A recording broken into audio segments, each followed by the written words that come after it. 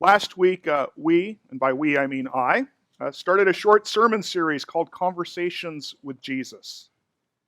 And in this series, you will no doubt be surprised to learn, if you're visiting with us this morning, we are looking at conversations with Jesus. Or to be more specific, we are looking at 3 conversations that Jesus had with 3 very different people in the Gospel of John, chapters 3 through 5. One conversation a chapter.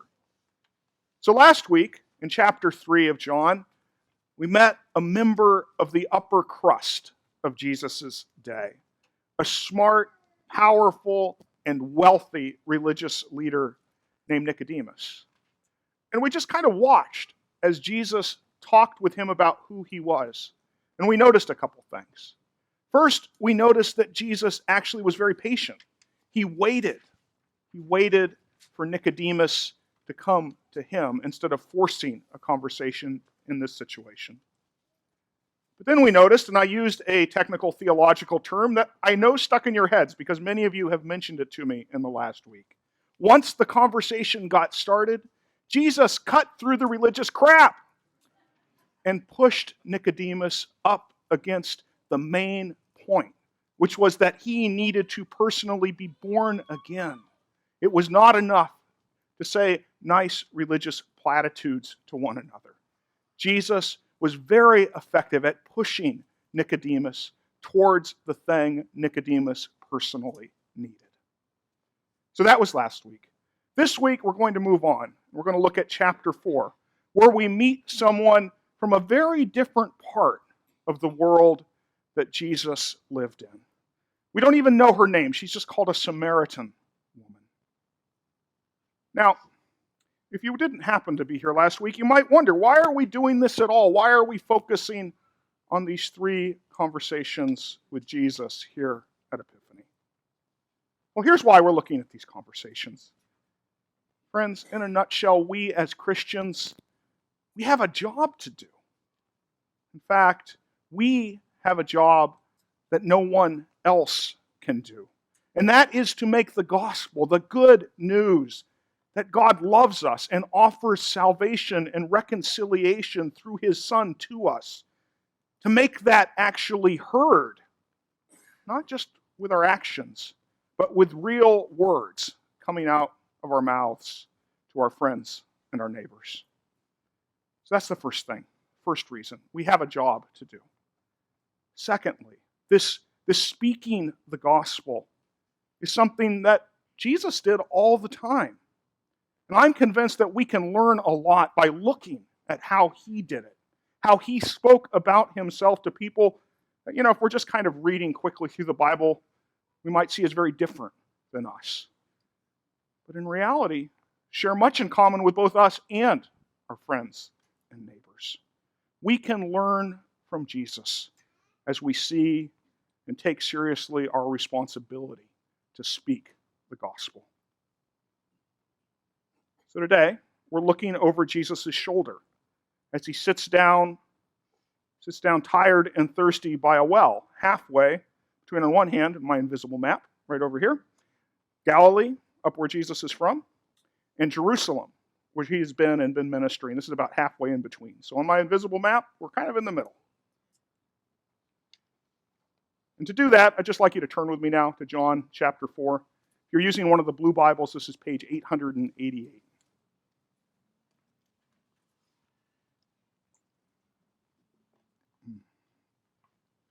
So what's going on in this conversation with Jesus in John chapter 4?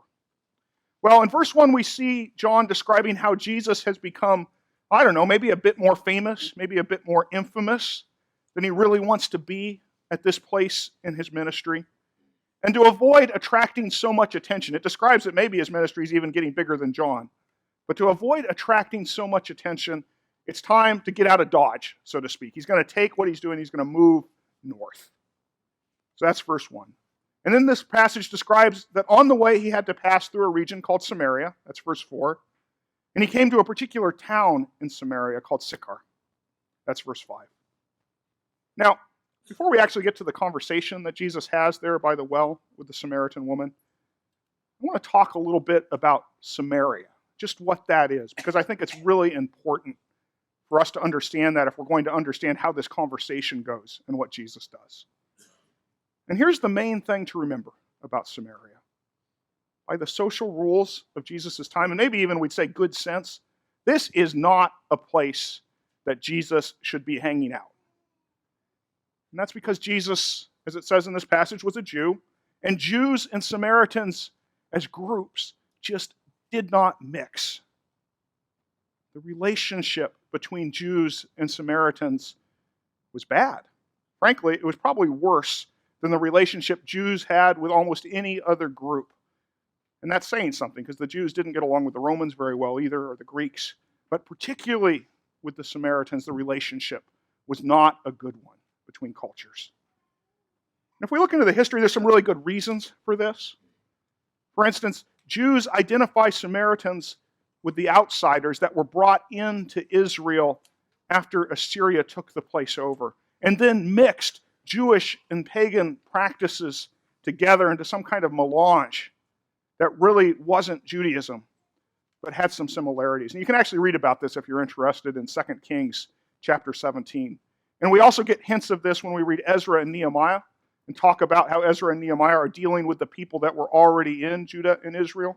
Those are the kind of people that were later identified with the Samaritans. Now, the Samaritans, for their part, they were really unimpressed with the Jewish claim that God could only be worshipped in Jerusalem. And we get a hint of that in this passage. The woman actually says it. You guys say we have to go to Jerusalem to worship, but we say we can worship right where we are, this place close to Sychar.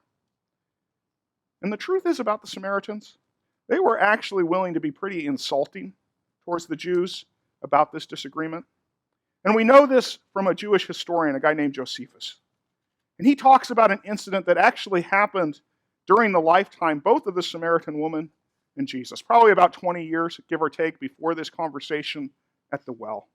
And in this incident, a group of Samaritans, probably young men who got bored and decided to make some trouble, snuck into the Jewish temple in the middle of the Passover celebration. So they're in the holiest place in Judaism. And they're there during the holiest celebration in Judaism. And they threw human bones into the middle of the event. Now, that sounds pretty awful to us, but however it feels to us, it was probably 10 times worse for the people that were there, because this was not just a thing that expressed the Samaritan disgust Judaism. It also defiled, it made impure the highest place of Jewish worship in the middle of their highest celebration. I mean, it's hard to imagine anything short of burning down the temple that could have been worse. So no wonder that this Samaritan woman at the well acts so surprised to have Jesus, a Jew, in her town. But not only that, asking her to do him a favor that would make him unclean, just like those Samaritans made the temple unclean. She knew in the laws of Judaism. How strange is this? Maybe even a little dangerous. Now, I was thinking about this and wondering, do we know anybody today that might be like the Samaritans to us, or like the Jews were to the Samaritans? Is there any corollary in this world that we live in that's similar? I think there is. We know many people here in Northern Virginia of many different cultures and faiths. But I think with one particularly large group of our neighbors, followers of Islam, we Christians, at least as a group, maybe as individuals we do very well, but at least as a group, have a difficult history, particularly over the last couple of decades, and deep, abiding, mutual mistrust. This is a similar relationship to the relationship that Jesus is in with the Samaritan woman. Christians and Muslims get along just about as well as Jews and Samaritans got along. If you want to test this out, just think for a moment. What was your first response when I made this comparison? Now, if you agreed with me, great. I'm really happy to hear that. But if you didn't, if you found yourself wanting to push back, to say it's different, it's worse, because of the evil things that have been done to Christians in the name of Islam. And evil things have been done and are being done. I'm not in any way trying to minimize that. In fact, one of the things that really brought this home to me was we had a prayer vigil for our missionaries last week. And one of the things we were praying for was one of our missionary couples that actually visited us in the last couple of years here.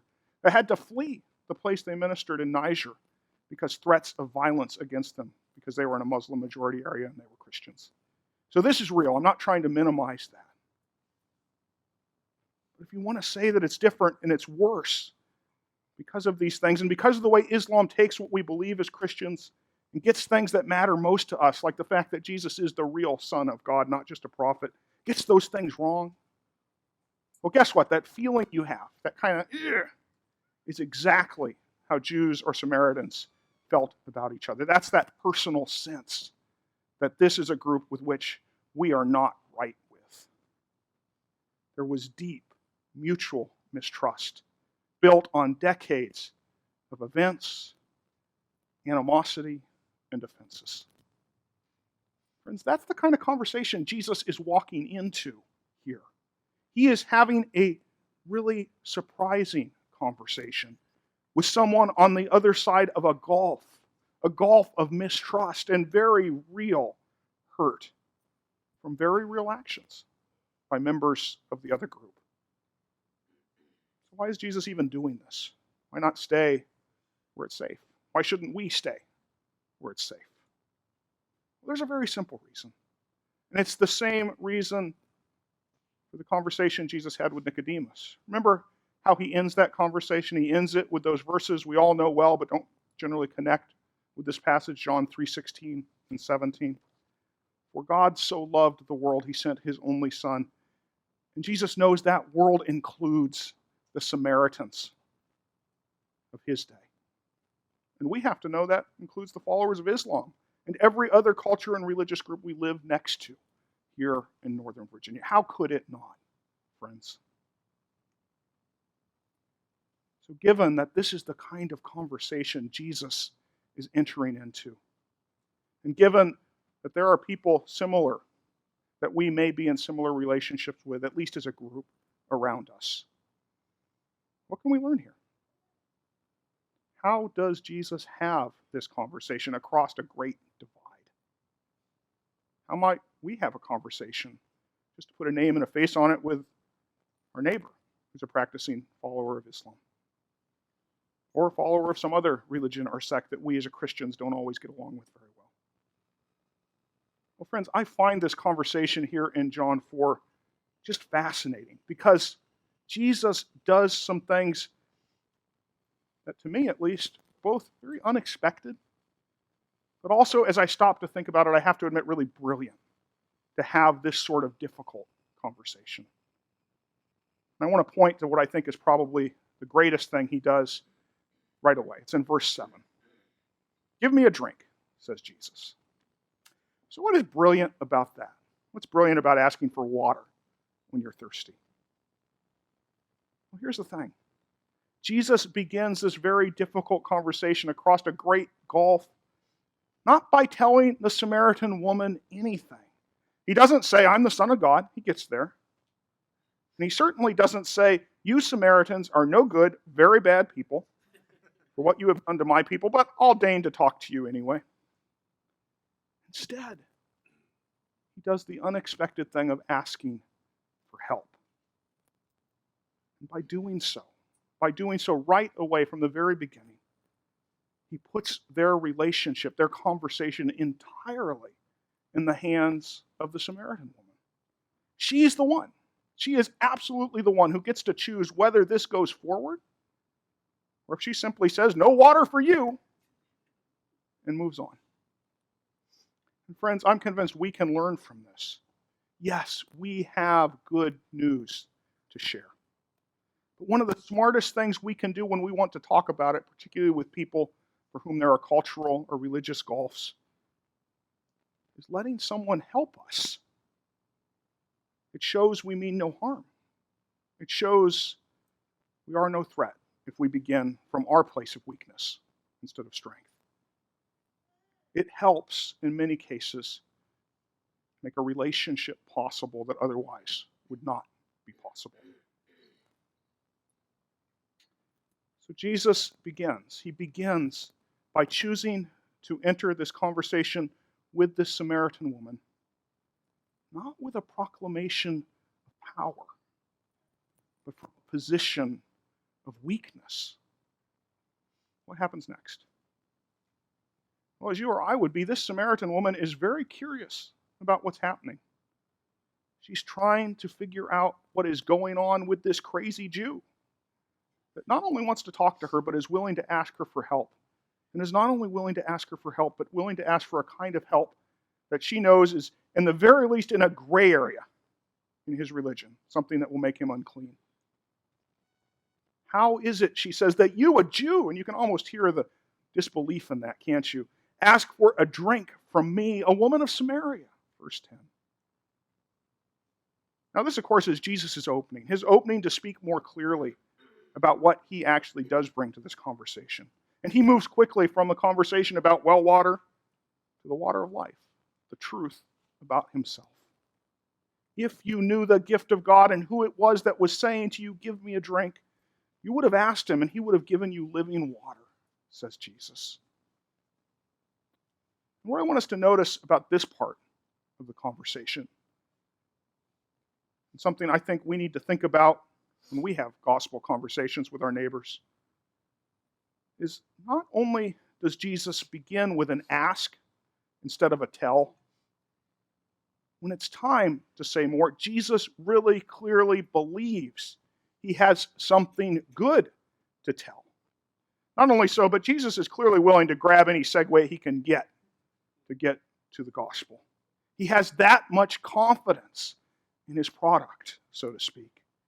God's love for all people, even Samaritans. God's forgiveness available through Jesus. He has confidence that that is a great thing.